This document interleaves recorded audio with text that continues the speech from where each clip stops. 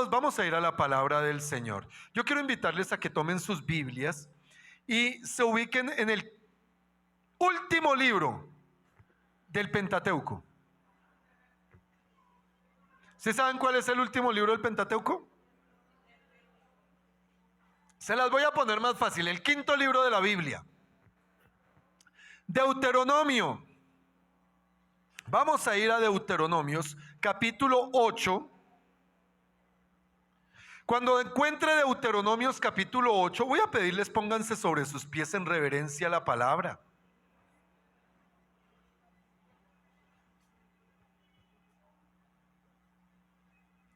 Y quiero que me acompañen a leer del versículo 1 al versículo 3. ¿Amén? Diga amén. Ah, si esto es que me siento solo. Dígale, conteste el teléfono, hermano. O apáguelo. Eso. Leemos la palabra y dice así. Versículo 1. Cuidaréis de poner por obra todo mandamiento que yo os ordeno hoy, para que viváis y seáis multiplicados y entréis y poseáis la tierra que Jehová prometió con juramento a vuestros padres. Versículo 2. Y te acordarás de todo el camino por donde te ha traído Jehová tu Dios estos 40 años en el desierto. Diga conmigo, para afligirte, para probarte, para saber lo que había en tu corazón, si habías de guardar o no sus mandamientos. Versículo 3.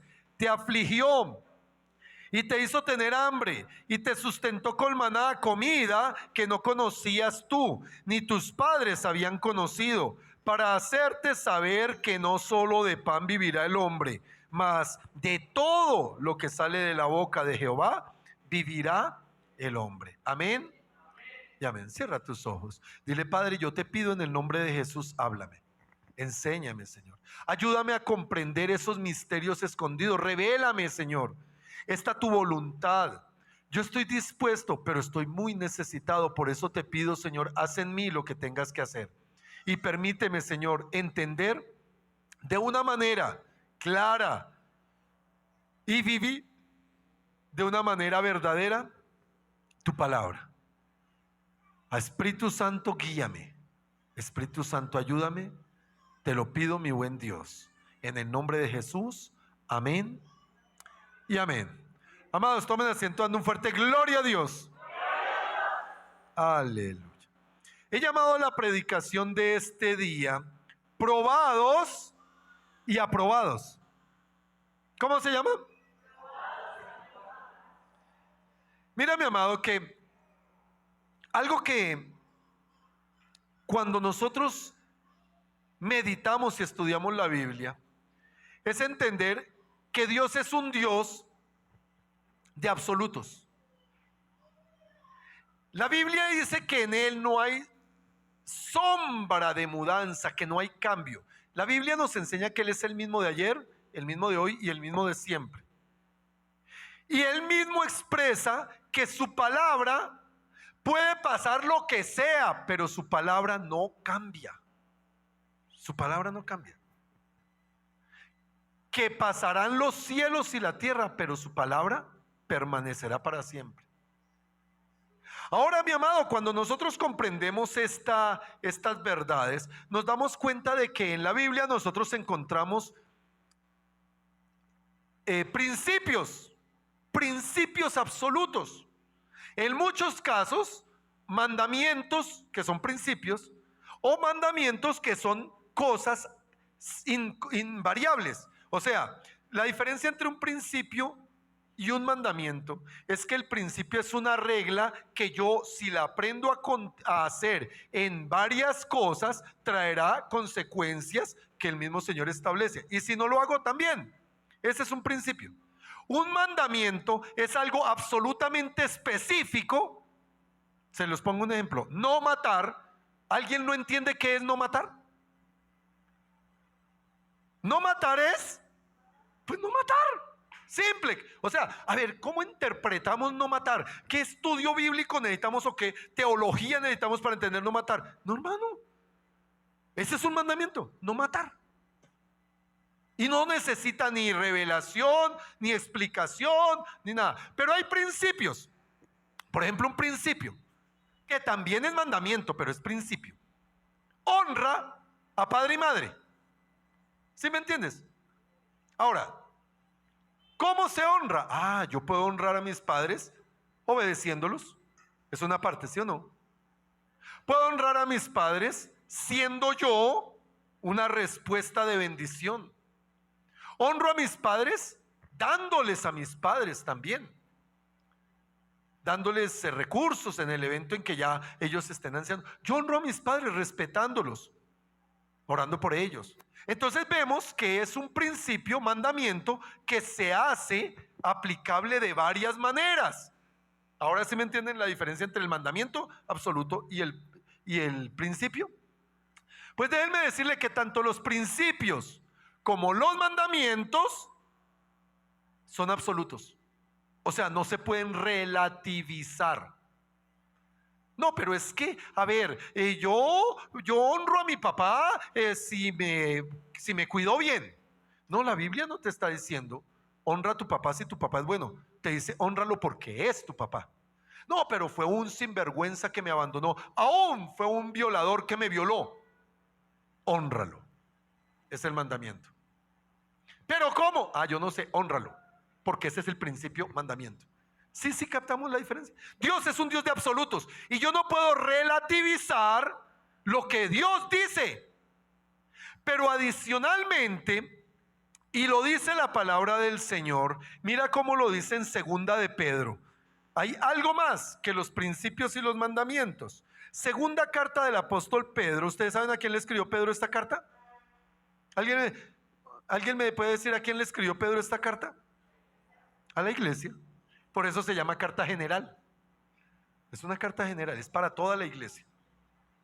Pero mira en segunda de Pedro, capítulo 1, segunda de Pedro, capítulo 1, versículos 3 y 4 expresan algo que para mí es maravilloso, hermano. Para mí es espectacular y ha sido una cosa que me ha ayudado muchísimo a sostenerme y a sostener mi vida cristiana. Mira esto. Dice el versículo 3, como todas las cosas que pertenecen a la vida y a la piedad nos han sido dadas por su divino poder mediante el conocimiento de aquel que nos llamó por su gloria y excelencia. Es decir, todo lo maravilloso de la vida y la piedad que Dios puede dar, nos lo da a través del conocer a Cristo. Punto, conocer su palabra. ¿Ya lo entendimos más o menos? Ahora, el versículo 4 dice, por medio de las cuales, estamos hablando del conocimiento de la gloria y la excelencia de Dios, por ese conocimiento de la gloria y excelencia, por medio de las cuales nos ha dado preciosas y grandísimas promesas. Escucha esto. Hay preciosísimas y grandísimas promesas que nos dio y nos ha dado el Señor a quienes por conocer a Cristo y vivir a Cristo tenemos la bendición de recibirlas, de poder tenerlas. Entonces nota que en la Biblia están los absolutos de Dios, que son los principios y los mandamientos, pero también los absolutos de Dios, que son sus promesas. La Biblia nos enseña que Él es fiel a su palabra. La Biblia dice que Él no es hombre para que mienta, ni hijo de hombre para que se arrepienta, y que en Él no hay variación, no hay mudanza. Por tanto, lo que Él dice es, y no hay más revelación que la que el Señor ya nos dio. El Señor en un sueño me dio una revelación nueva. Don Mesías, ¿qué? ¿Cómo se llama el profeta de los musulmanes? Mahoma. Entonces otra revelación, ya no fue suficiente la que Dios dio. No, es que en un sueño el Señor me mostró cosas. Espérate, ¿está aquí? Si no está aquí es falso, es mentira. Así tenga apariencia de bueno. Pero por estar acá, el Señor da esos absolutos, tanto mandamientos, principios como promesas. Y yo tengo que entender eso. Ahora, ¿qué fue lo que leímos nosotros en el texto con el que abrimos la predicación? En Deuteronomio 8. El Señor hablándole a su pueblo, a Israel. El Señor aclarándoles y diciéndoles algo que es necesario entenderlo. Y es que hoy somos el Israel de Dios, la iglesia es el Israel de Dios para el Señor, hoy. La iglesia es el Israel. Y esta palabra tiene la vigencia que tuvo en aquella época. Porque el pueblo de Israel fue un pueblo que fue sacado de Egipto, atravesó el Mar Rojo, duró 2 años y 4 meses en el desierto y llegó a la tierra prometida, pero el Señor tuvo que hacerlos caminar 40 años en el desierto y que toda una generación muriera por la dureza de su corazón y por no entender este principio. Todos seremos probados en todo. Todos seremos probados en todo. Escúchame, mi amado. El problema, ¿cuál es? Muchas veces en nuestro pensamiento o en nuestra manera de sentir o de vivir, creemos que es que porque yo vine a la iglesia ya Dios tiene, ¿qué? Está obligado a darme. No, mi amado, eso es mentira.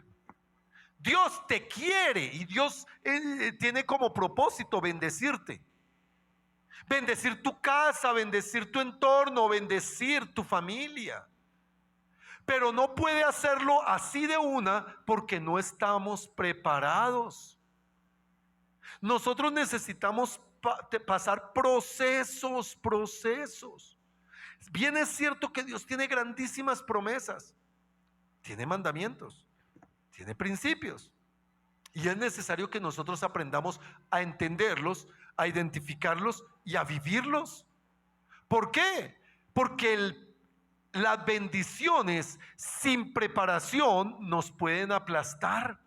¿Cómo lo dijo Pablo? Pablo dijo, esta leve tribulación y momentánea, lo voy a parafrasear, no es otra cosa que el gimnasio espiritual en el cual Dios nos ejercita para que cuando llegue el momento de su bendición, el peso de su gloria, el peso no nos aplaste. Necesitamos, por tanto, pasar procesos. Y una de las cosas comunes dentro del pueblo cristiano es empezar a quejarse. Ay, pero ¿por qué a mí, Señor? ¿Por qué yo? ¿Por qué? La respuesta a veces me la preguntan ¿por qué? Y yo les respondo porque Dios es Dios y es soberano, hermano. Y porque tiene un trato personal contigo. Porque Dios es un Dios personal. Y Él trata con cada uno de nosotros de manera personal. Ahora entender la razón, el motivo, la causa, circunstancias, eso no es mi problema. Mi problema es creerle y aprender a entender que si yo estoy en un proceso, que si yo estoy en una prueba, es porque estoy en el lugar correcto. Mira al que está a tu lado, míralo a los ojos, mírale la cara y dile, hermano, ¿tiene una cara de procesado?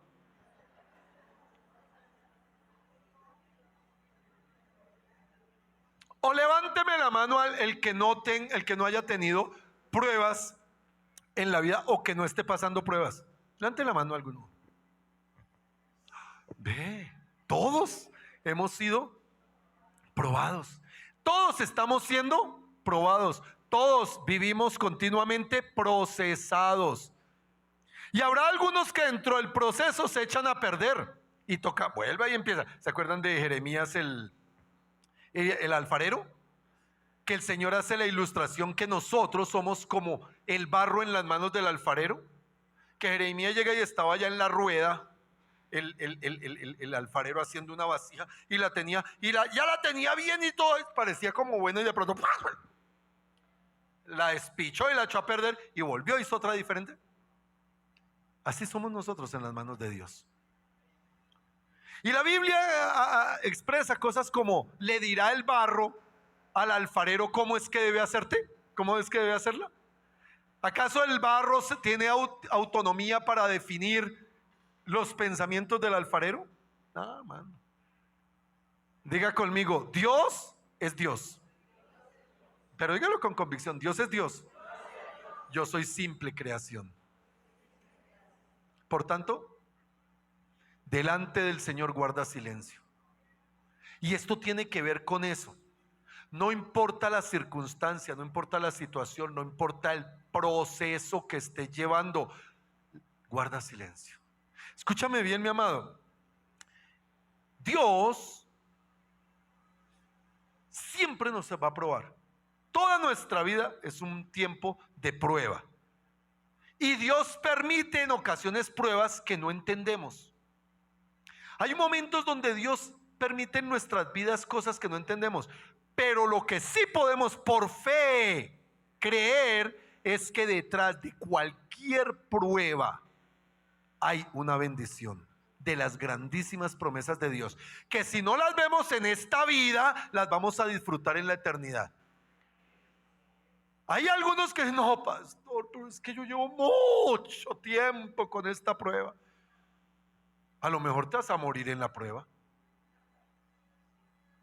Pero déjame contarte algo que yo lo he venido expresando de esta manera. ¿Cuántos años de prueba tienes? A lo mejor naciste probado, naciste en el proceso y ya llevas 80 años de prueba y toda la vida probado. Mejor dicho, otro Jeremías, pues, el profeta llorón.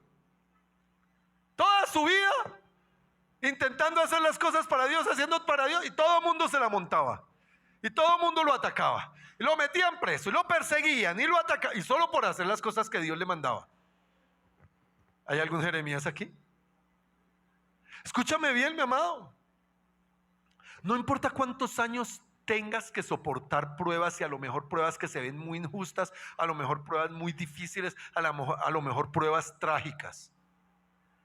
El tiempo que tú vivas en esta carne, en este mundo, es una insignificancia insignificante de las insignificancias insignificantes en relación a la eternidad. Es decir, puedes vivir 100 años y 100 años es la mil millonésima de la mil millonésima de la mil millonésima de la mil millonésima de la mil millonésima de un segundo de la eternidad. ¿Sí me entendiste? No importa cuánto tiempo vivas y cuánto tiempo seas probado, no es nada en relación a la eternidad. Pablo decía, esta leve tribulación. Oiga, dice, le cascaron, lo encerraron, lo persiguieron, lo azotaron, lo naufragó, le hacían de todo, y él decía, todo porque ya estoy listo para la gloria del Señor. ¿Sabes cuál es el problema? Que mucho cristiano no ha entendido la importancia de la prueba. Y no ha entendido que la prueba es la manifestación para que salga a la luz tu corazón. No para que Dios lo conozca, porque Dios lo conoce. Jeremías claramente dice, malo y perverso es el corazón del hombre, ¿quién lo conocerá? Yo, Jehová, que escudriño las mentes y los corazones. Dios conoce tu corazón. Pero ¿sabes por qué Dios nos prueba? Para que salga a la luz nuestro corazón y nosotros aprendamos qué es lo que hay dentro de nuestro corazón. Y decidamos a través de la obediencia, a través de la fe, a través de hacer obras de fe, cumplir el propósito. Entonces necesitamos eso. El apóstol Pablo, escribiéndolo a los tesalonicenses, en Primera de Tesalonicenses, capítulo 2, versículo 4, dice, Primera de Tesalonicenses 2:4, sino que según fuimos aprobados por Dios para que se nos confiase el evangelio, así hablamos, no como para agradar a los hombres, sino a Dios, que prueba nuestros corazones. ¿Quién prueba nuestros corazones? ¿Por qué? ¿Por qué es necesario que Dios pruebe nuestros corazones? Porque nuestros corazones son malos, son perversos. Y es necesario que nosotros reconozcamos lo que hay en nuestro corazón para que Él pueda cambiar nuestro corazón. ¿Quién cambia el corazón? Dios, pero nunca lo cambiará sin nuestra aprobación, sin nuestra decisión, en mi decisión. a través del arrepentimiento, a través de la fe, a través de la decisión de vida en Cristo Jesús. Amén. Ahora, Dios como prueba, pues Él aprueba o reprueba.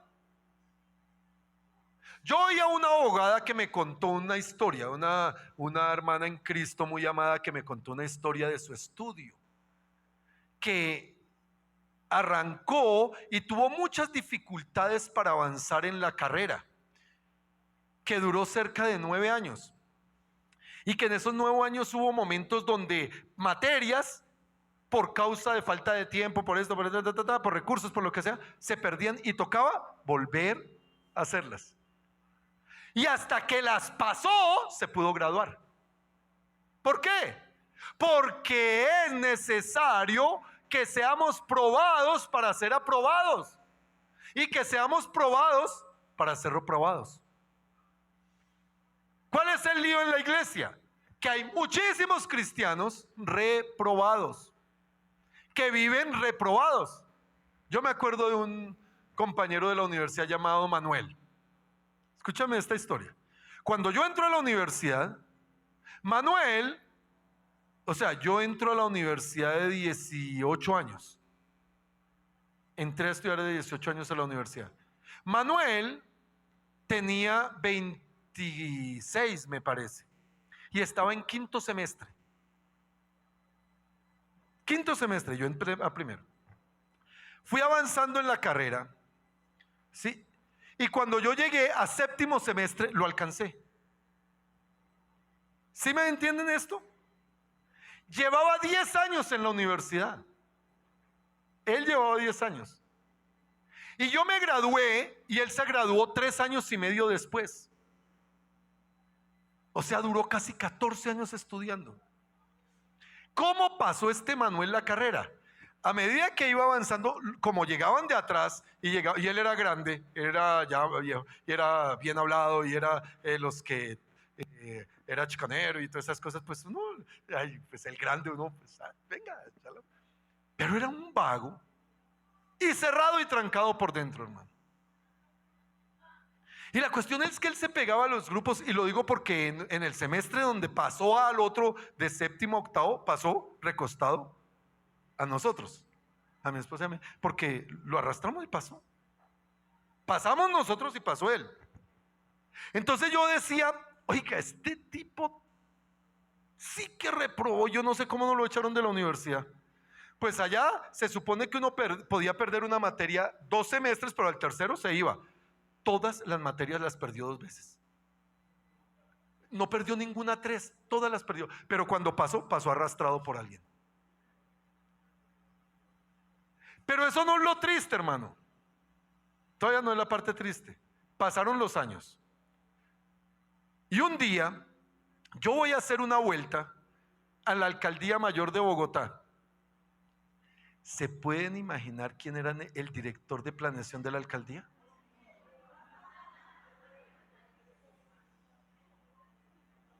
Sí, hermano. Y el muy sinvergüenza no se acordó de mí. Oiga, Manuel, ¿no se acuerda que yo lo arrastré para que pasara de séptimo a octavo? Yo soy doctor don Manuel, hágame el favor, usted no lo conozco. Pero mira, mi amado, cómo en la vida, en lo humano, aún los reprobados por causa de la corrupción, se supone, pueden ser aprobados. Voy a decir algo que no debería, pero lo voy a decir con respeto y lo digo con temor a Dios. Tenemos un presidente que fue terrible, hermano. Yo creo que aquí muy pocos se acuerdan de cuando tomaron la embajada al frente de la Universidad Nacional, el M19. Nuestro presidente hizo parte y hubo gente muerta, secuestrada, cosas terribles, pero hoy es el presidente. Y nuestro sistema aprueba y dice, wow, sí, hay otras cosas buenas, pero en el Señor, no, señor, en el Señor el que reprueba no es desechado, sino que sigue ahí y sigue. Es otro Manuel, repite y repite y repite. Aquí sí puede perder 10, 100 veces la misma materia, 100 veces la repite hasta que la pase. Con el Señor no hay corrupción. Si yo no apruebo la prueba, la repito y la repito. Y mira, mi amado, ¿sabes qué es lo triste? Que hoy en la iglesia del Señor hay muchos que están repitiendo la repetición de la repetidera, de la repetidera, de la repetidera. Llevan 20 años repitiendo porque todavía no pasan la prueba. Mira al que está a tu lado y dile: ¿seré yo maestro? ¿Ah? Y por allá alguien hizo ¿ah? Eso. Por eso, mi amado, el apóstol Pedro nos advierte que vamos a pasar por el fuego de la prueba. Eso no es nuevo. Mira lo que dice Primera de Pedro capítulo 4, ya que estamos ahí no, estamos en Tesalonicenses. Primera de Pedro capítulo 4, versículo 12 y 13. Amados, le habla a la iglesia, esto no es para el mundo. No os sorprendáis del fuego de la prueba que os ha sobrevenido, como si alguna cosa extraña os aconteciere. Mira, mi amado, ¿qué es lo más escuchado cuando hay una situación difícil en la vida de un cristiano? ¿Por qué a mí, Señor? ¿Por qué? Si yo he orado, mira, Señor, yo. Menos mal Dios no responde. Porque si Dios por causa de su amor, aquí entiendan por qué el Señor dice, por causa de su amor el Señor calla. Calla. Porque si Él hablara y diera la respuesta por causa de que su palabra es poder creativo, su palabra es poder, ¡pum!, tan pronto hable, nos desaparece. ¿Se me entiende? Porque las razones de Dios son fieles y verdaderas. ¿Sí me hago entender? Pero nosotros lo necesitamos. Entonces, ¿qué está diciendo? No te sorprendas porque pases por el fuego de la prueba como si fuera algo que ¿por qué extraño? No. En el mundo tendréis aflicciones. Juan 16 dice, en el mundo, 31, en el mundo tendréis aflicciones, pero confiad, dice el Señor Jesús, yo he vencido al mundo. Las aflicciones hacen parte del paquete, hermano. Pero no simplemente porque sí, sino porque son necesarias. Necesitamos el proceso de la prueba. Lo necesitamos y Dios lo sabe. Ahora, mi amado, ¿duele? ¿Duele la prueba? Y a veces el dolor de la prueba es extremo, hermano. Hay pruebas de muerte, que se le muera un hijo. Escucha, esas son pruebas terribles. Duramos trabajando toda la vida y de la noche a la mañana, ¡pum!, lo perdemos todo.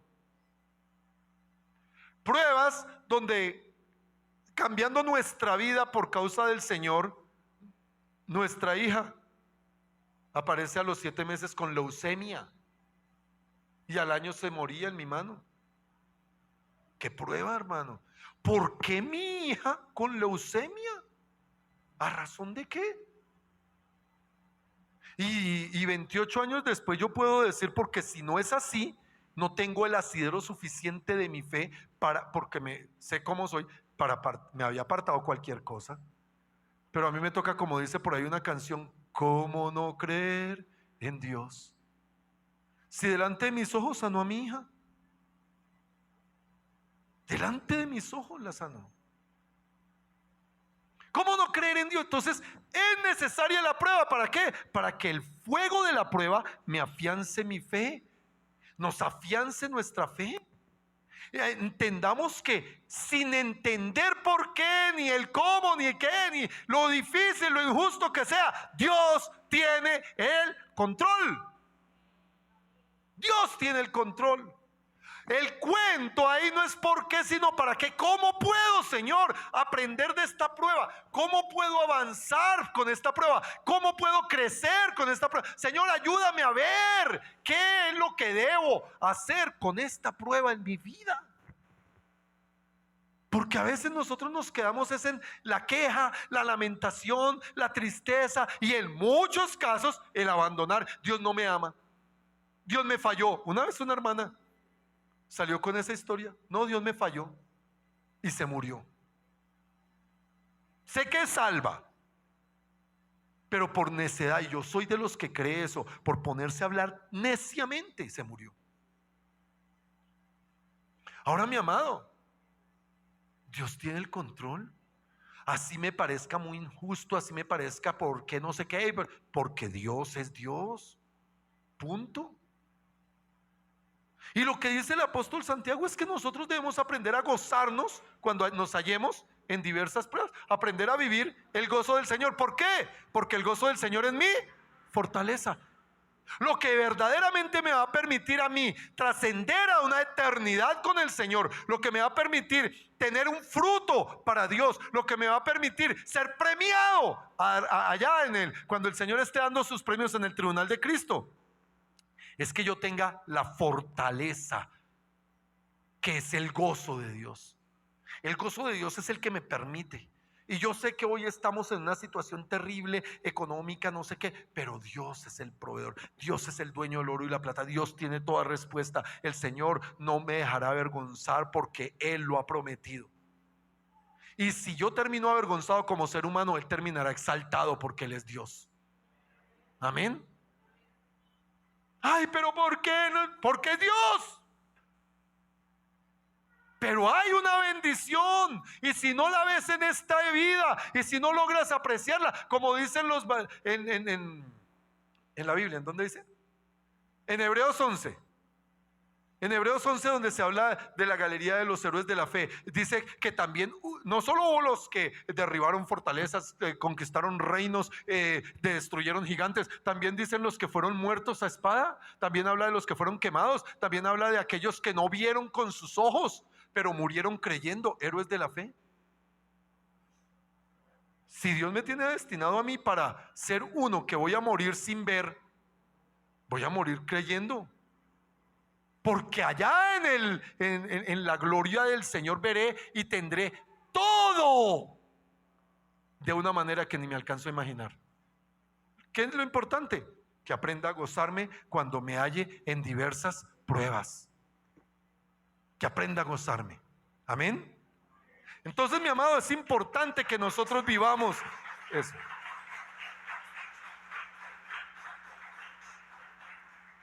Ahora, ¿cómo vamos a ser probados? Yo encontré 3 áreas donde podemos resumir cómo es que somos probados. 3 áreas de la vida del ser humano en las que somos probados. La primera de ellas es en el ser. ¿Qué soy? ¿Tú tienes idea qué eres? ¿Quién eres? Porque uno en el mundo encuentra representantes a la Cámara que fueron escogidos con 50,000 votos, que los para la policía borrachos manejando y la única respuesta es que usted no sabe quién soy yo. Lo triste es cuando dentro de la iglesia del Señor hay algunos que se creen, y es que usted no sabe quién soy yo, yo soy el supersiervo, yo soy, ay, quieto Mararay. ¿Saben, mis amados? Hay quienes no tienen identidad en Cristo. No saben quiénes son. Y mira lo que dice Gálatas capítulo 6. Gálatas capítulo 6.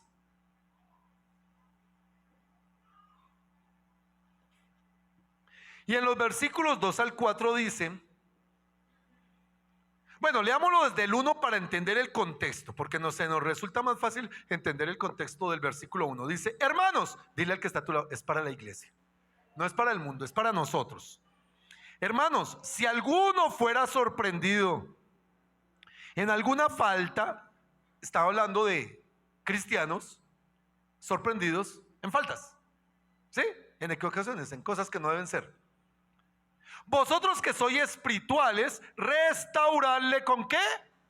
Con espíritu de mansedumbre, considerándote a ti mismo, no sea que tú también seas tentado. Versículo 2. Sobrellevad los unos las cargas de los otros y cumplir así la ley de Cristo. ¿Por qué el que se cree ser algo, no siendo nada, a sí mismo? Escúchame, no es que olvídese. Yo he sido muy correcto en mis cosas. ¿Se han oído así, Cristian? Es que yo soy muy sincero, hermano. Yo soy muy puesto. Yo digo la verdad en la cara. Yo no me como nada. Yo soy esto. Y por eso vengo y le canto a usted. Venga y mirar cuántos pares son 3 moscas, ¿o yo? ¿Sabes qué es eso? Eso es altivez. Eso es altivez. El Señor está diciendo que si alguno pretende ser algo sin ser nada, ¿sabes qué somos? Polvo. No somos nada, hermano. Y que porque tenemos alguna posición, alguna condición, alguna posesión o algo, me voy a creer nada. No, viejo. Dios es claro aquí, que si yo, viendo a mi hermano en una circunstancia equivocada, en una cosa terrible, mal hecha, yo cómo voy a poner a juzgar. Al contrario, con espíritu de mansedumbre. Puede tener la autoridad, puede tener el derecho, puede tener la legalidad humana, puede tener la razón. Pero ese que está fallando fue lavado y redimido por la misma sangre que tú fuiste lavado y redimido. Y si tú no tomas en consideración eso, no eres nada. Y muchos se les van las luces en eso. Ay, no, no, hermano. Necesitamos restaurar con espíritu de mansedumbre, porque no somos nada. Y porque por no ser nada, estoy hablando de no ser nada sin Cristo, porque en Cristo sí somos. Y ahorita vamos a hablar de eso. Pero como no somos nada, nosotros simplemente podemos, el Señor puede hacer eso. Vamos a ser probados en eso. ¿Sabes? La Biblia habla de personajes como el rey Saúl. ¿Quién era Saúl antes de ser rey?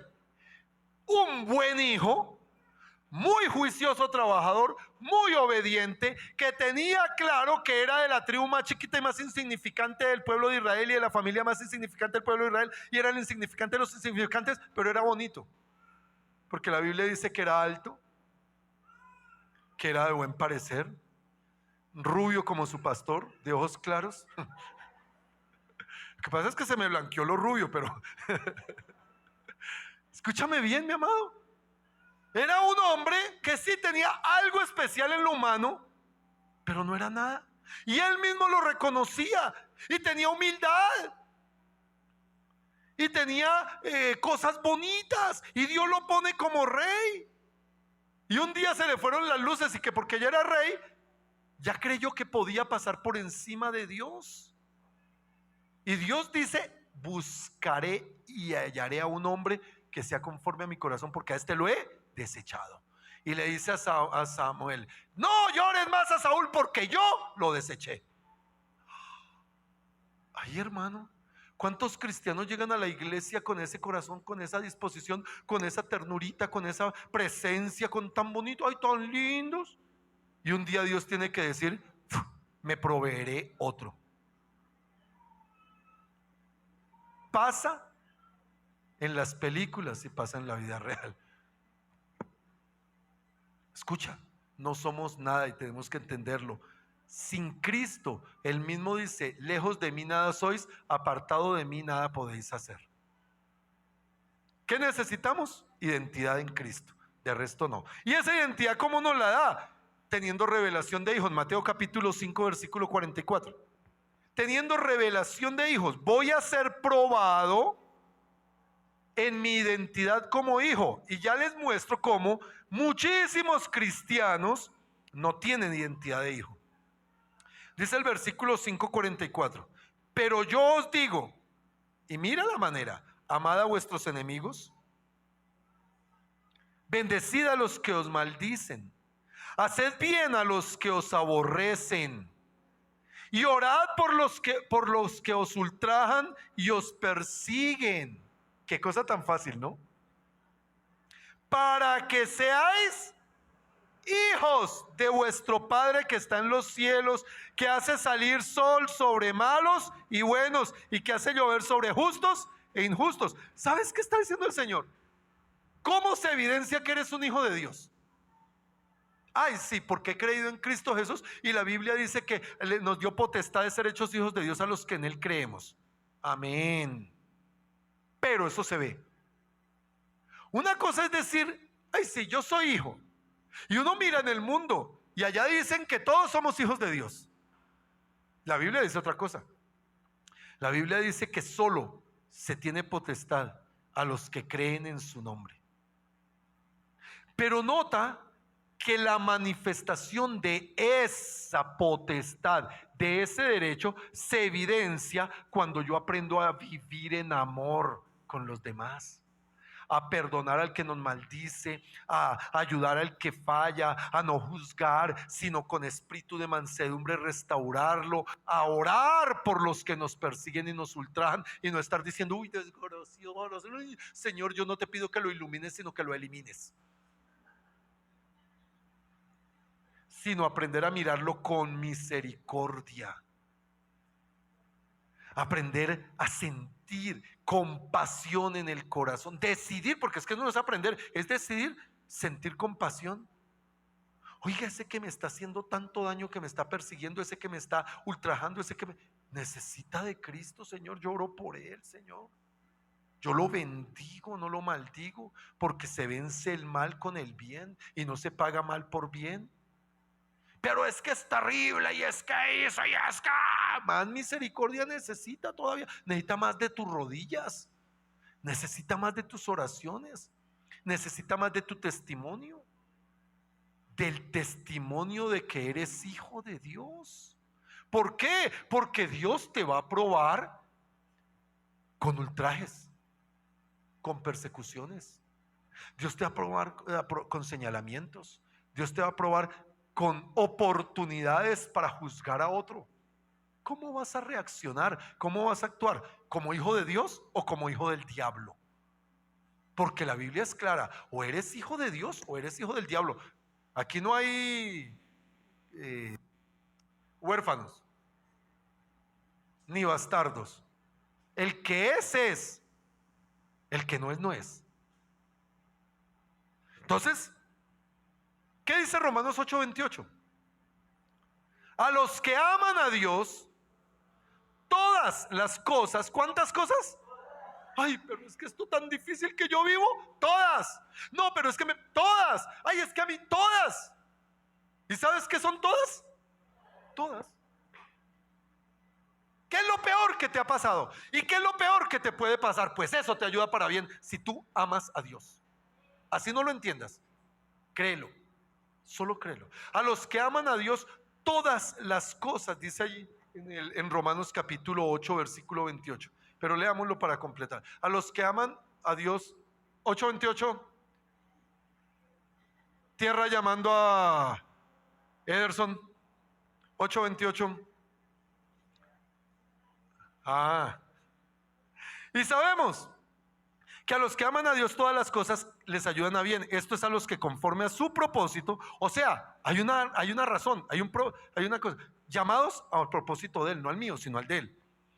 Conforme a su propósito son llamados, porque los que antes conoció también los predestinó para que fuesen hechos conforme a la imagen de su Hijo, para que Él sea el primogénito entre muchos. Y a los que predestinó a estos también llamó, y a los que llamó a estos también justificó, y a los que justificó también glorificó. ¿Sabes cuál es el cuento aquí? El cuento es que cuando yo soy hijo, puede que no entienda, pero sé que mi padre tiene cuidado de mí. ¿Cuántos son papás aquí? Papás machos, machos varones, machos machotes. Yo voy a hablar en mi condición de papá, porque es que las mamás ya son otra historia. Las mamás ya se salen del marco. Las mamás se salen del marco de la normalidad. Por eso Dios no es mamá. ¿Ustedes sabían eso? Por eso Dios es papá, y es verdad. ¿Ustedes qué creen que hubiera hecho Sara si Dios le dice: Sara, entrégame al único de tu hijo, al que tuviste a los 90 años, a tu hijo Isaac, tu amado? ¿Qué hubiera dicho? ¡Otro Dios! ¿Dónde habrá otro Dios? Con toda seguridad dice. ¿O qué dijo la esposa de Job? Maldice a tu Dios y muérete. ¿Por qué? Pues porque tenía razones. Tenía razones. No hay que juzgar tan duro a esta mujer. Por eso Dios no es mujer. Porque una mujer no entrega a su hijo. O levánteme la mano a la mujer que está dispuesta a entregar a su hijo para ser sacrificado, y traemos un cuchillo y hacemos un altar aquí. Escúchame bien. Dios es Padre, pero es un Padre perfecto. Y la Biblia dice que si yo como papá, siendo malo, sé dar buenas dádivas a mis hijas. Es decir, si mi hija va y se tira el televisor recién comprado, ese de 75 canales, no, sino de 75 pulgadas, que me costó 10 millones de pesos. Si costará eso, vale más, ¿cierto? Bueno, vale 10 millones, y no lo alcancé ni a estrenar. Y va y coge el control y lo estrella contra la pantalla y se cuelga y lo tiró y lo despedazó y todo. ¿Deja de ser mi hija? Tal vez yo la reprenda, tal vez yo la castigue, pero la sigo amando igual. Porque un televisor, por caro que sea, no es cambiable por el amor de un papá. Ahora, alguien se mete con mi hija. Alguien quiere agredir a mi hija. Alguien quiere hacerle algo. Ay, hermanito, olvídese. Ahí ya no hay cuento. Tiene papá.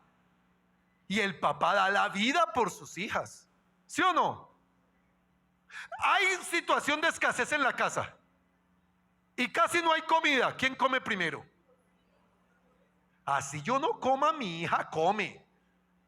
Y está sin ropa, pues me quito la mía y se la pongo. Pero frío no aguanta.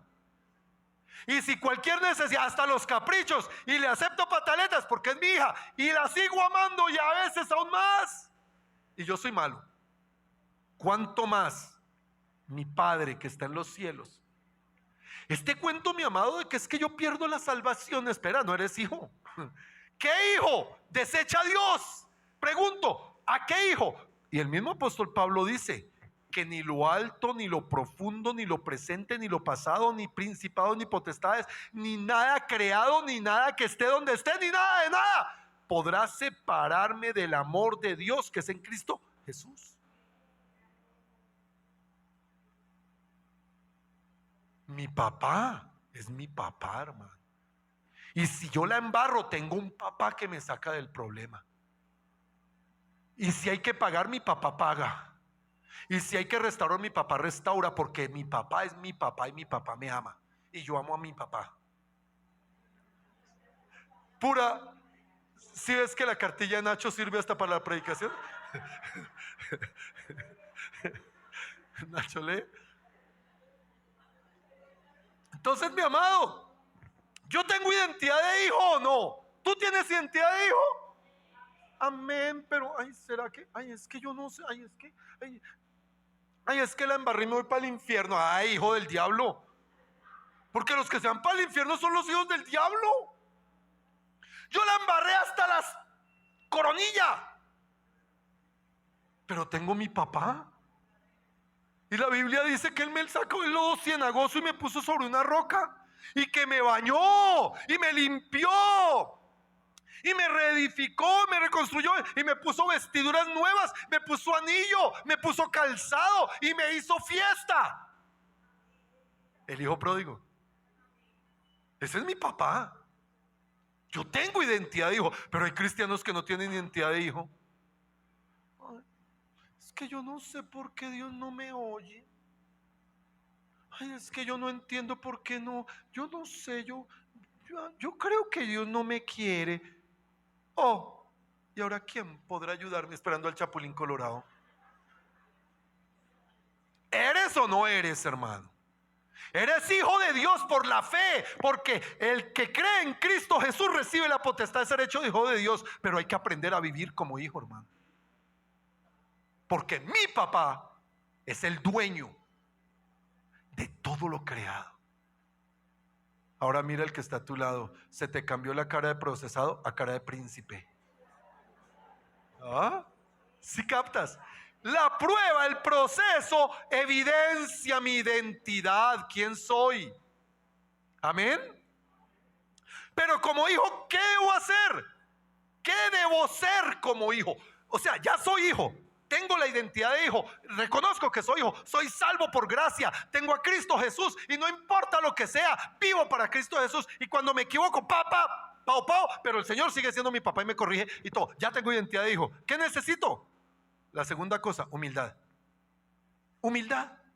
¿Por qué? Porque la Biblia nos enseña que el Señor solo ve. Mira lo que dice Efesios 4:1, mejor dicho. Efesios 4:1. Yo pues, preso en el Señor, os ruego que andéis como es digno de la vocación con que fuisteis llamados, con toda humildad y mansedumbre. ¿Cómo se evidencia? Soportándoos con paciencia unos a otros. Mira el que está a tu lado, espera con paciencia que el pastor termine. Espera con paciencia y sopórtalo, pero sopórtalo en amor. Ahora dile, sopórtame en amor. Amados, la humildad, escúchame, la humildad es la decisión que yo tomo de aprender de Cristo. Mateo capítulo 11 versículo 29. Aprended de mí que soy manso y humilde de corazón y hallaréis descanso para vuestras almas. La decisión de aprender humildad es el ejemplo de Cristo, donde yo aprendo a soportar con paciencia. ¿Hay algún impaciente en este lugar?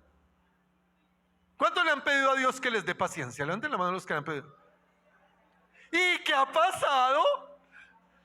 Los agarra y nos mete en pruebas y pruebas más, y nos pone gente más inca, nos mete en trancones más graves. ¿Y hasta qué? Hasta que un día decimos, está bien, Señor, ya estoy aprendiendo, no me des más paciencia, déjame que yo a ver si yo la desarrollo.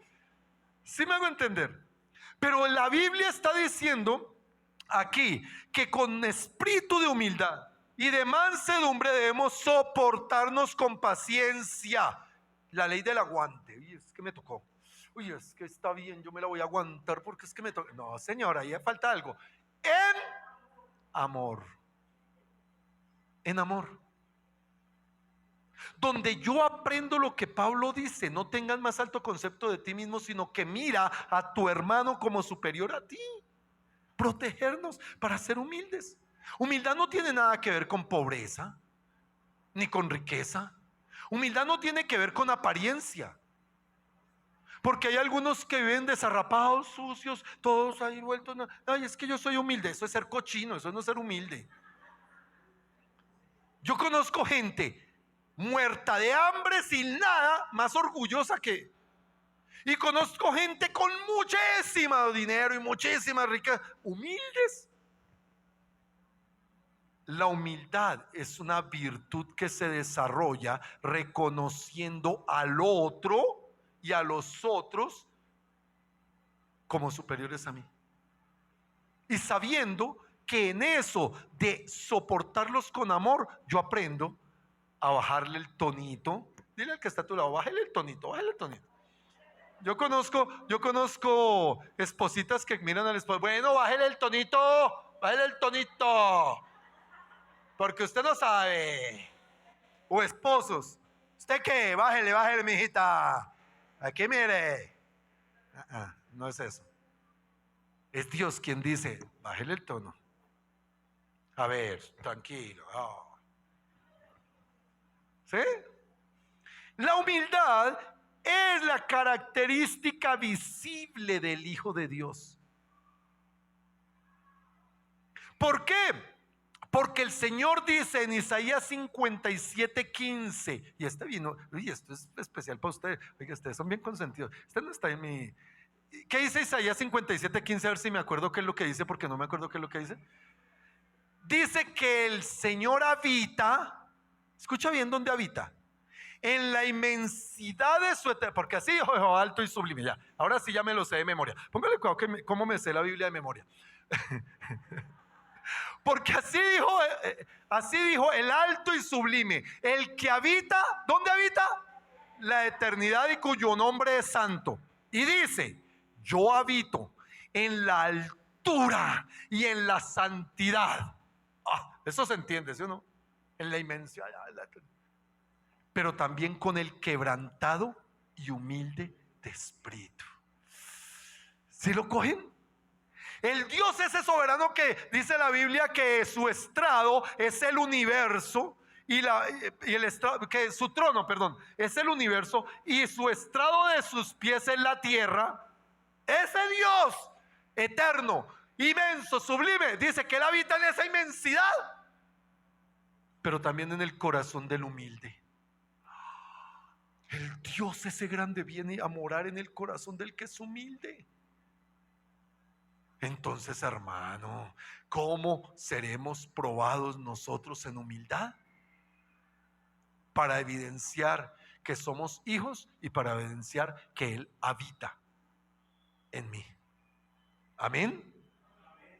Pero mira esto, mi amado. Primera de Pedro 5:5. A ustedes no tienen nada, ¿cierto que este culto es el culto que va hasta las 3?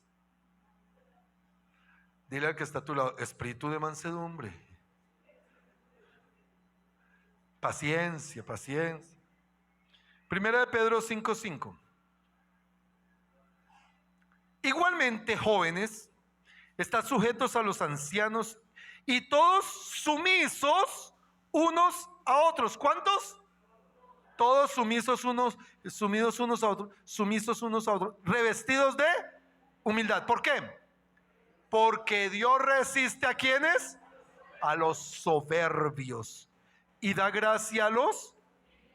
¿Sabes qué significa esto? Que Dios al que es soberbio, altivo, lo mira de lejos, dice, pero al humilde lo atiende. Yo un día enseñando eso entendía que Dios atiende es como aquel papá que pone una silla en el lugar especial, se sienta, toma a su hijo, lo pone en los pies y lo escucha, lo atiende, a pesar de las burradas que pueda decir, lo ama y lo bendice.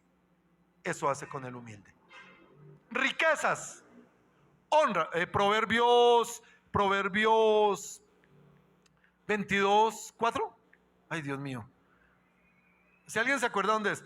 Riquezas, honra y vida son la remuneración de los humildes y el temor a Jehová. Así, riqueza, honra y vida son la remuneración de la humildad y del temor a Jehová. ¿Sabes cómo recompensa el Señor al que es humilde? Porque es su hijo. Con las grandísimas promesas. Pero al altivo ni lo mira. Por eso yo no puedo. Usted no sabe quién soy yo, pero Dios sí. Y te está viendo de lejos. ¿Sí me hago entender? O te está atendiendo. Y la tercera cosa en cuanto al ser es ser siervos. Es decir, Dios va a probar que seamos hijos para mostrarnos que somos. Dios va a probar nuestra humildad para aprobarnos o reprobarnos. Y escúchame, vuelvo a decir, si tú no eres humilde, Señor, pero eres hijo, el Señor te va a seguir procesando y procesando y procesando hasta que un día aprendas a agachar la cabeza, hasta que un día digas, Señor, mejor me callo. ¿Saben que hay un momento de la oración donde es mejor callarse? Hay un punto delante del Señor donde debemos guardar silencio. Porque allí es donde el Espíritu Santo va a venir y va a procesar corazones. ¿Sí me hago entender? Y eso es orar. Pero la tercera cosa en cuanto al ser es ser siervos, hermano. Ser siervo es una decisión. No es una condición, no es una asignación. Dios no asigna siervos. Escúchame, Dios no nombra siervos. No. Yo decido ser siervo. ¿Por qué? Porque tengo dos opciones. O soy siervo de Dios o soy siervo del diablo. Pero no puedo ser independiente. No puedo estar en un lugar. O soy de uno o soy hijo del diablo o soy hijo de Dios. ¿Sí me hago entender? Y yo decido poner en mi corazón la condición de siervo. Yo decido servir. Y cuando yo decido servir, Primera de Corintios capítulo 4, Primera de Corintios 4, ¿cómo lo debo hacer? ¿Cómo es esto de servir? Porque algunos se creen los supersiervos. Yo vi a un predicador que robó a una iglesia completa, manipuló y sacó una cantidad de ofrendas, la recogió en una talega y se la echó al hombro y salió. Y salió diciendo, no me toquen ni nadie se acerca porque tengo mucha unción. Y el pastor se quedó viendo un chispero y todo el mundo se quedó viendo porque el muy sinvergüenza robó a la iglesia. ¿Ah?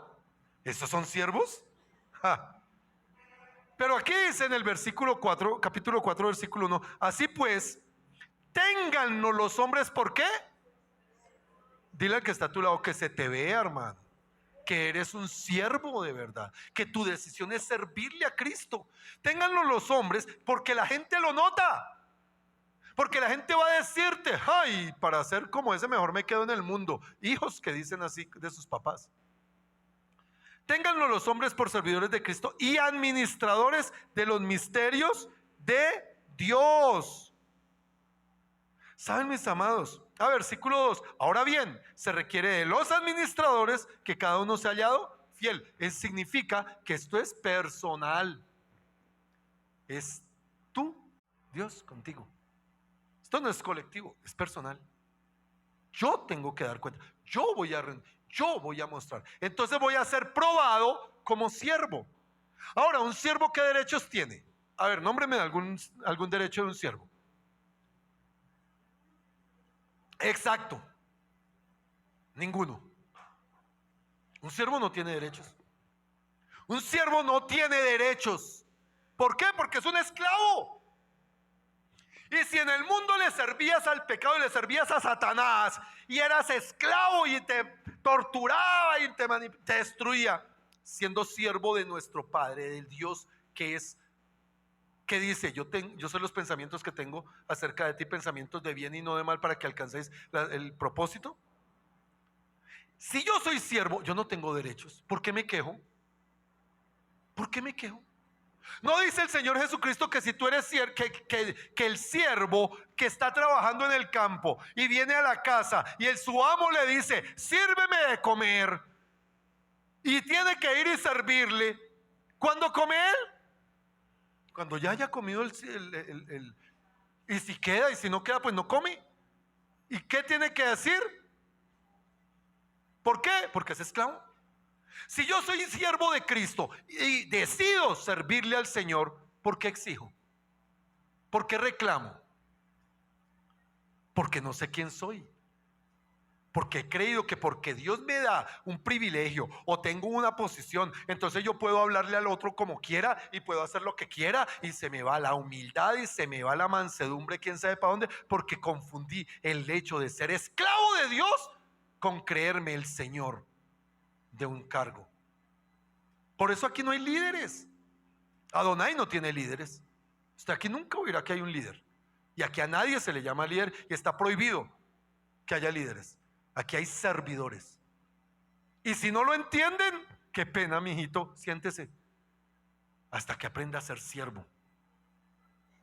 Porque es necesario ser probado en el servicio, hermano. Y en Mateo capítulo 24, Mateo 24,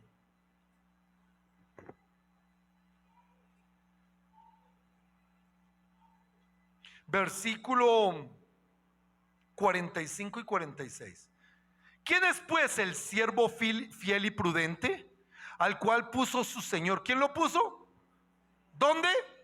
En su casa, para que les dé alimento a tiempo. Bienaventurado aquel siervo al cual cuando su Señor venga le halle haciendo así. De cierto os digo que sobre todos sus bienes le pondrá. Pero si aquel siervo malo dijere en su corazón, mi señor tardará en venir, y comenzare a golpear a sus consiervos y aún a comer y a beber con los borrachos, vendrá el señor de aquel siervo el día que éste no espera, a la hora que no sabe, y lo castigará duramente, y pondrá su parte con los hipócritas, y allí será lloro y el crujir de dientes. Un siervo que no sirve correctamente será condenado. Escucha bien, un siervo que abusa del privilegio, que abusa de la oportunidad, es desechado. Yo tengo que ser probado como siervo.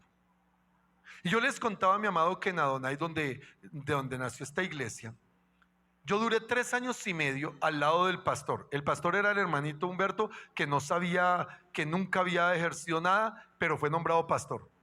Yo ya había estudiado en el Instituto Bíblico, ya tenía algunos seminarios, tenía varias cosas, ya había estudiado, yo preparaba, predicaba, yo servía esto, lideraba las parejas, lideraba los grupos familiares, lideraba los jóvenes, pastoreaba a los jóvenes, y yo le ayudaba al pastor.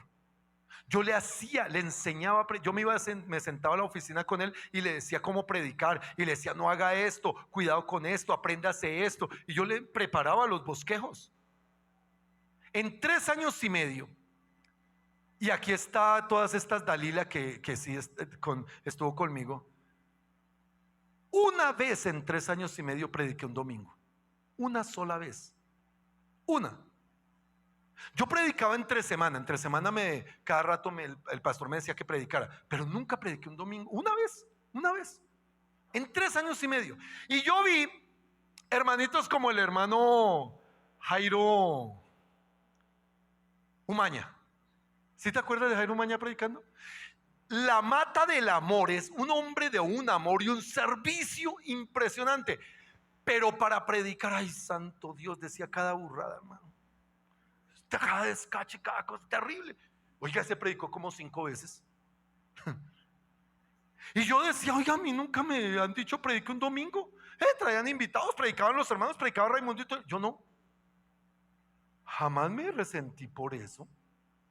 Yo nunca me puse bravo.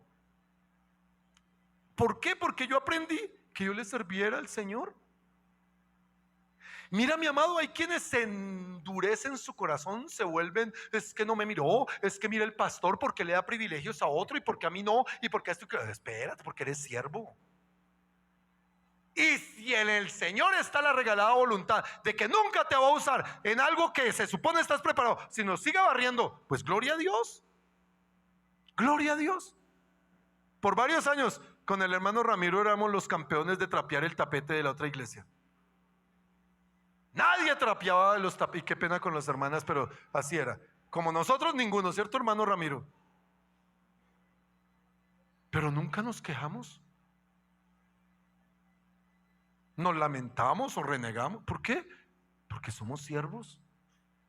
Y si hoy el Señor nos da el privilegio de predicar, pero mañana nos pone a lavar los baños, pues igualmente. ¿Por qué? Porque somos siervos y entidades siervos. Vamos a ser probados. Vamos a ser probados. Entonces ya tenemos el primero, que es el ser. Y faltan 2. Bueno, no hay afán. No, mentira, los otros 2 pasan rápido. El segundo, vamos a ser probados en el hacer, en lo que hacemos. Ya somos probados, el Señor siempre nos probará para que tengamos identidad de hijos, de humildad y de siervos, ¿verdad? Siempre, que lo tengamos claro. Ahora nos va a probar en lo que hacemos. ¿Cómo hacemos lo que hacemos? ¿Por qué lo hacemos? ¿Sabe, mi amado? En 1 Corintios capítulo 3, versículo 13, 1 Corintios 3:13,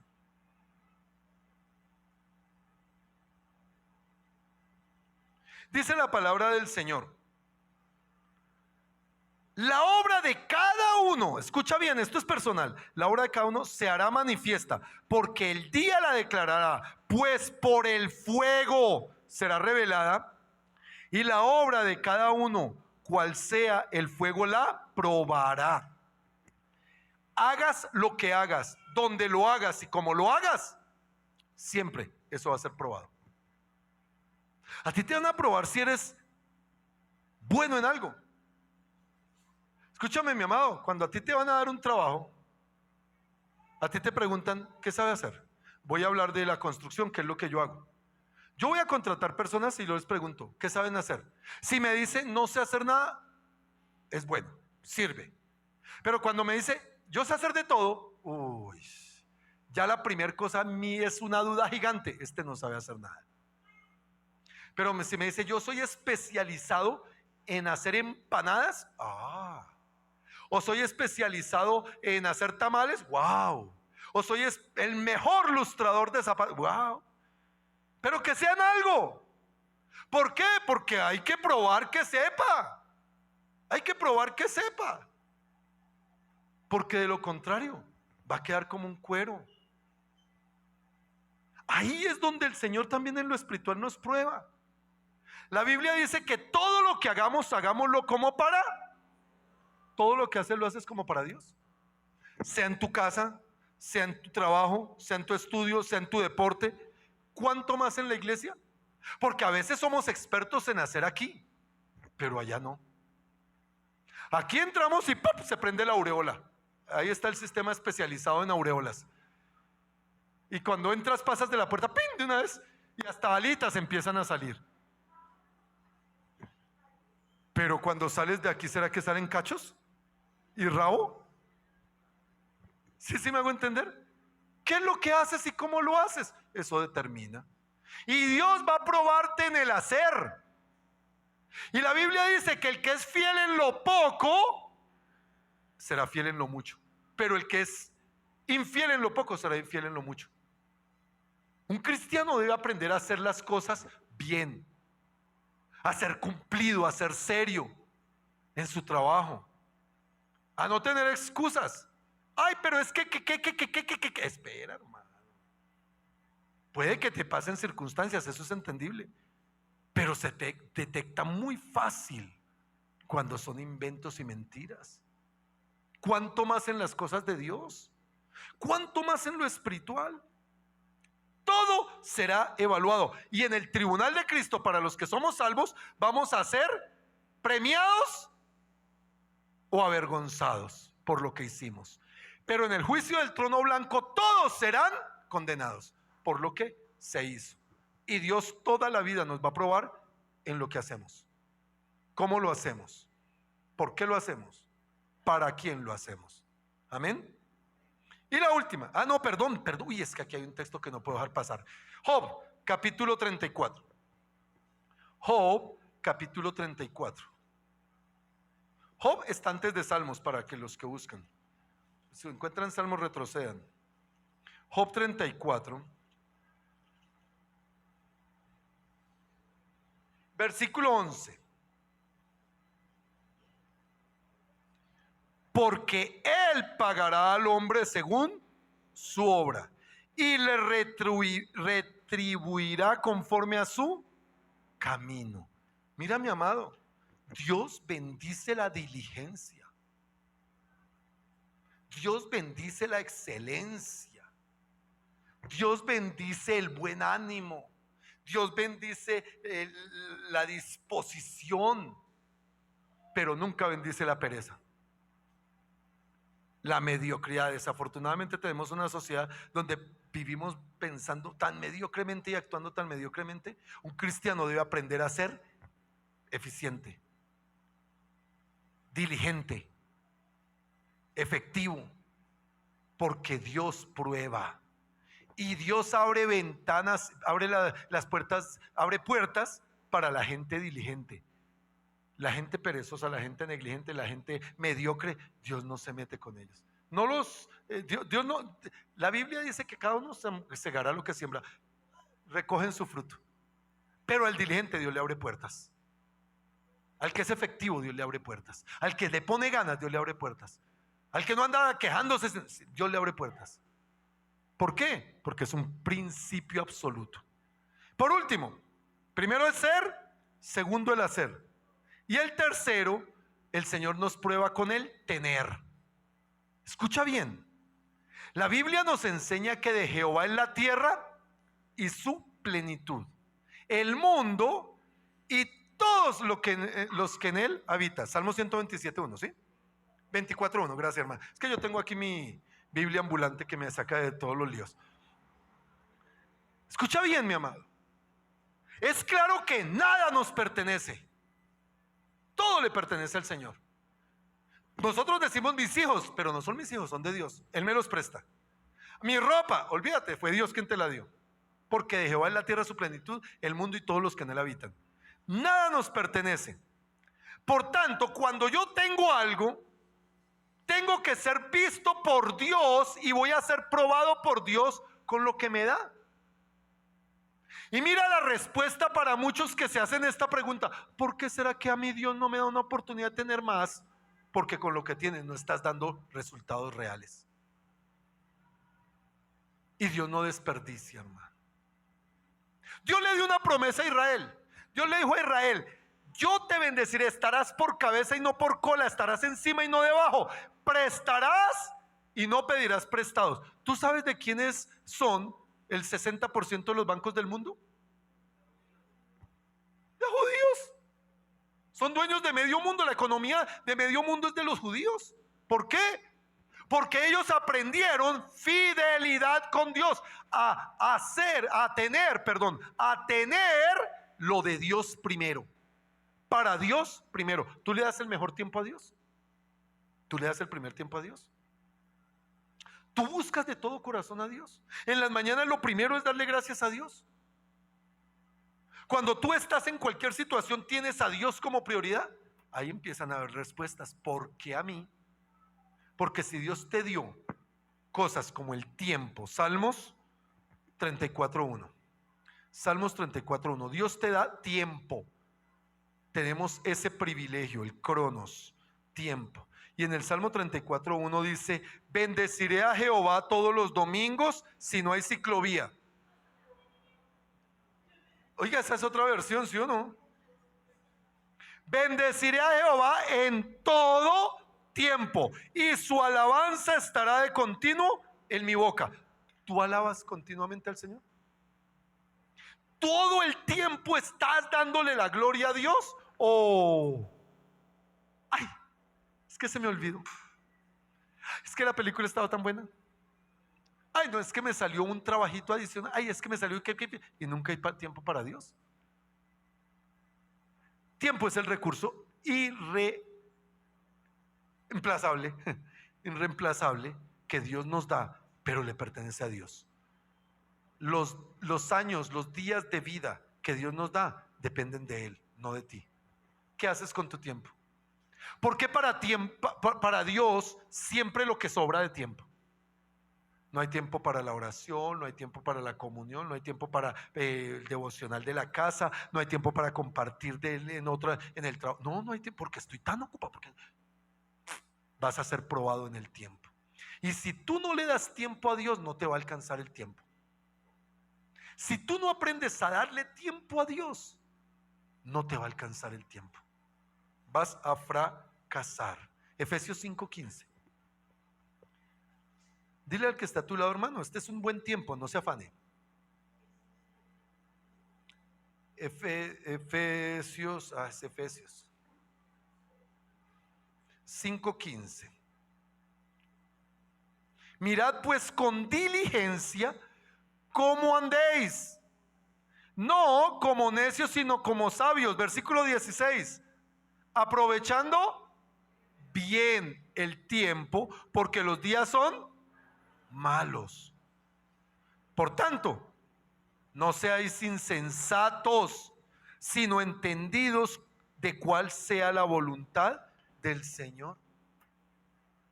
Mira, mi amado, hay personas que entregan su tiempo a la obra del Señor con un corazón libre.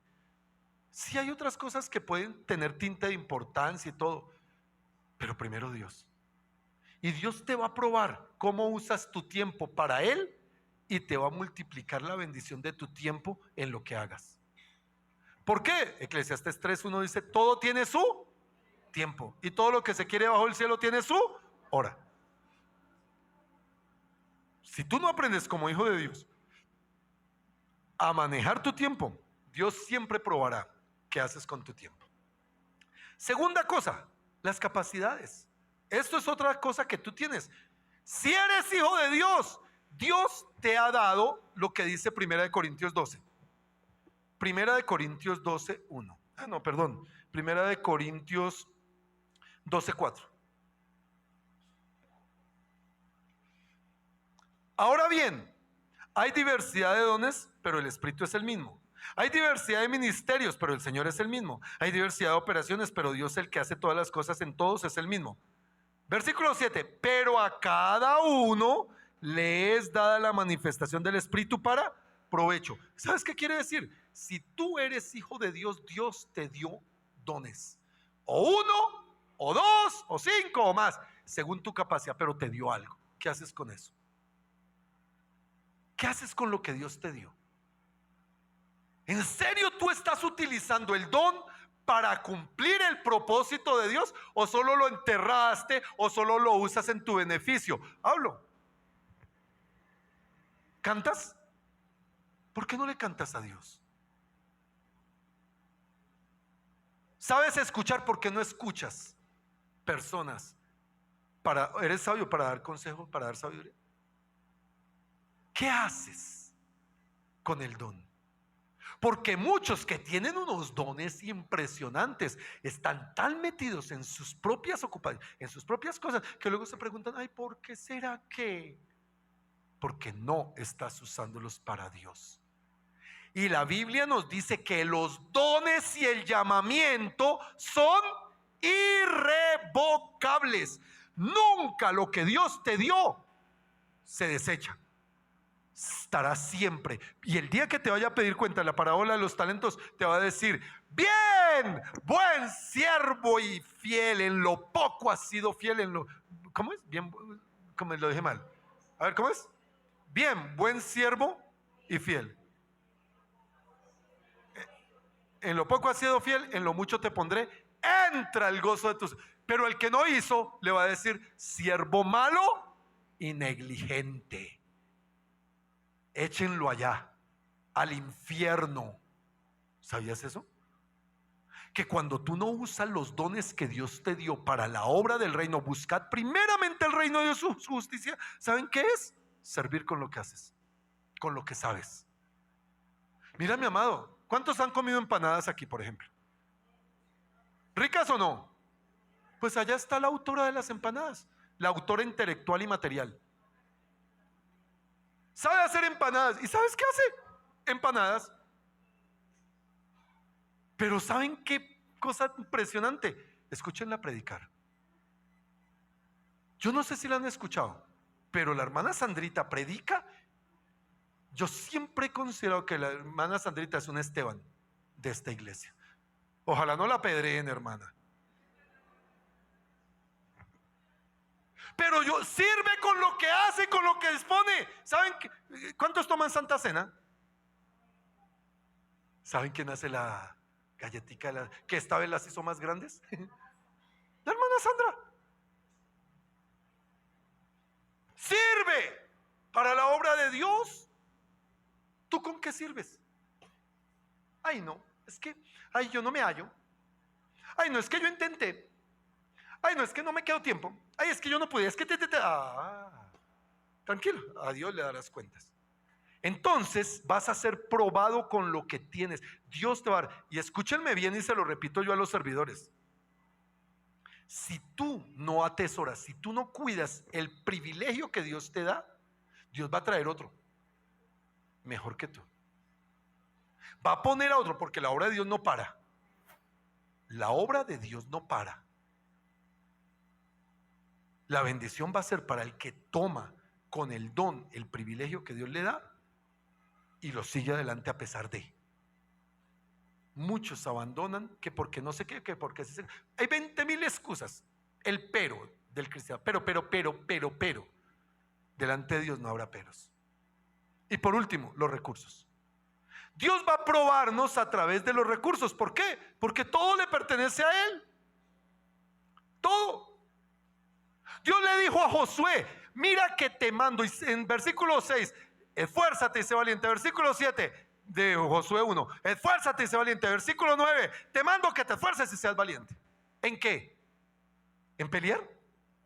¿Afilar lanzas y espadas? ¿Entrenarse y sacar músculo? No, Dios le dijo, nadie te podrá hacer frente en ningún momento de tu vida, y todo lo que tu pie pisare será tuyo, y todos huirán de ti, y a todos derrotarás, porque yo te doy la victoria. Pero te mando que te esfuerces y seas valiente. ¿En qué? En el versículo 8, Josué 1:8. ¿Qué dice Josué 8? Nunca se apartará de tu boca este libro de la ley, sino que de día y de noche meditarás en él. ¿Para qué? Para que guardes y hagas conforme a todo lo que en él está escrito, porque entonces harás prosperar tu camino y todo te saldrá bien. ¿Sabes qué dice el Señor? Yo te mando que te esfuerces y seas valiente en venir a mi palabra, en tomar mis principios, en tomar mis mandamientos, en tomar mis promesas, pero vívelas. ¿Sabes cuál es el problema de muchos cristianos? Que cuando el Señor les da recursos, hacen lo que se les da la regalada libre albedrío. Es que eso es mío. Olvídese, yo no soy bobo. Para que el pastor, diezmar para que el pastor se lo robe. Mira, mi amado, todos son mandamientos en la Biblia, pero hay uno que el Señor permite. Él nos prueba todo el tiempo. Y mira cómo nos prueba. Ya voy para allá. Deuteronomio 8. Mira lo que hace el Señor con el pueblo de Israel. Empezamos leyendo Deuteronomio 8:1, ahora vamos a ir a Deuteronomio 8:11 en adelante. Cuídate de no olvidarte de Jehová tu Dios para cumplir sus mandamientos, sus decretos y sus estatutos que yo te ordeno hoy.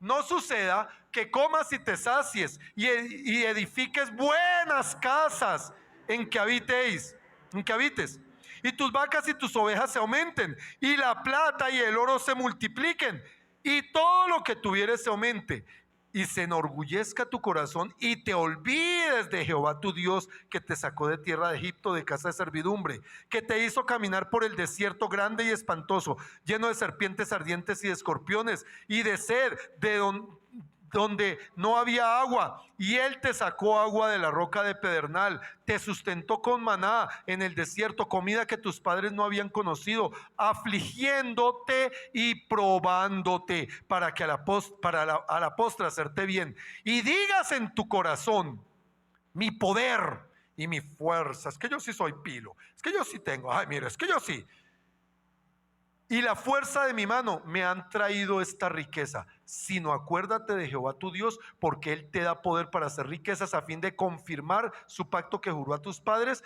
como en este día. Escucha bien lo que dice el Señor. Es Dios quien te da. Si tú eres verdaderamente un hijo de Dios, sin importar qué, cómo y en dónde, es Dios quien te da. Toda bendición viene de parte de Dios, y todo bien material te lo da el Señor.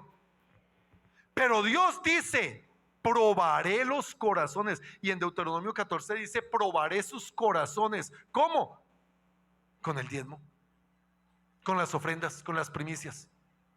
Ay, olvídese, eso es negocio. Es que en el Nuevo Testamento ya, y hay quienes se enranchan de que el diezmo y eso es del Antiguo Testamento y ya fuimos redimidos y no sé qué. Y yo les digo: espérate, el diezmo en el Antiguo Testamento, en la ley, ¿era un mandamiento? ¿El diezmo era un mandamiento? Sí.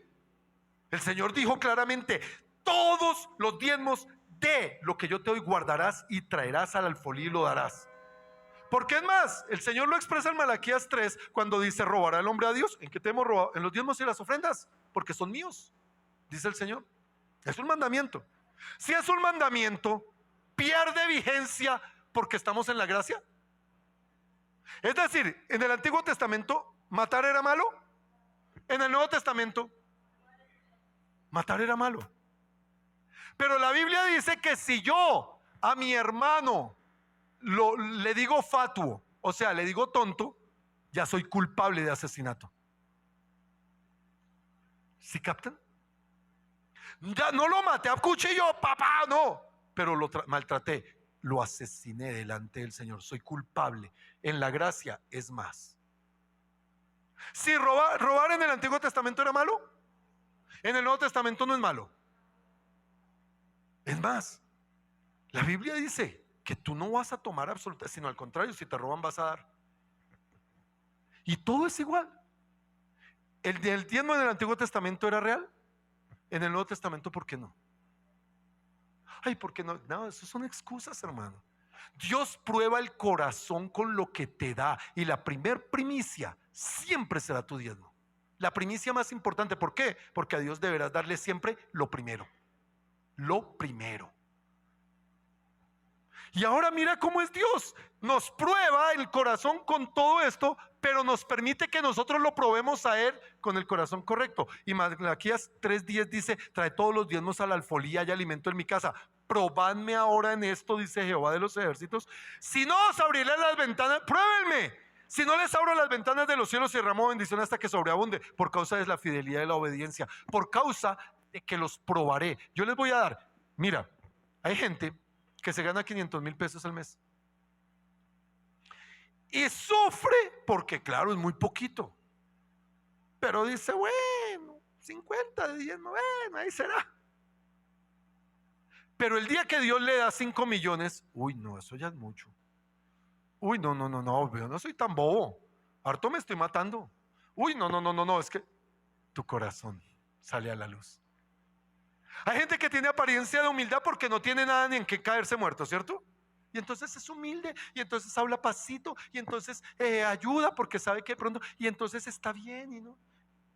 Pero un día recibe un baloto, un día recibe una herencia, un día recibe un recurso, y ya empieza a maltratar y a señalar y a juzgar, y ahí sale a reducir el corazón.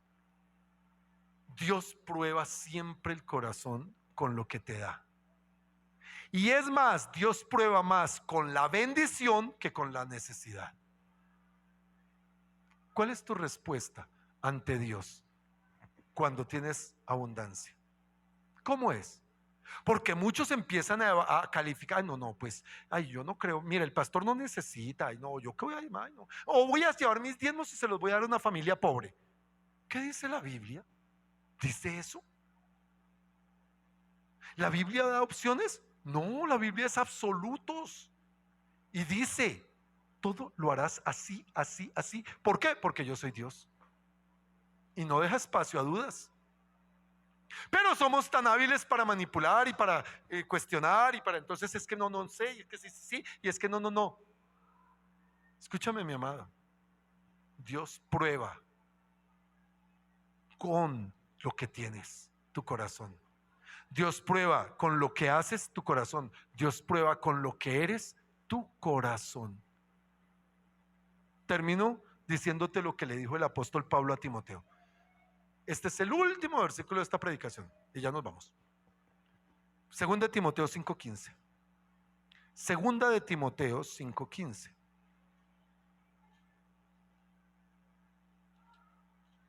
No existe. Es que es 2:15. Es 2:15. Procura con diligencia presentarte a Dios aprobado, como obrero que no tiene de qué avergonzarse y que usa bien la palabra de verdad. Tú puedes pretender justificarte y organizar, y es que, y es porque, y es que sí, pero Dios dice, procura utilizar bien esto, como debe ser, para lo que debe ser, cuando debe ser, para que seas un obrero aprobado. Ponte sobre tus pies. Pídele al Espíritu Santo que te enseñe en este año, del año de volver a la presencia de Dios. ¿No será que estamos siendo reprobados? Porque siempre seremos probados. O tal vez estás experimentando la aprobación de Dios en algunas cosas o en todas. ¿Tu vida es una vida aprobada por Dios? Pídele al Espíritu Santo.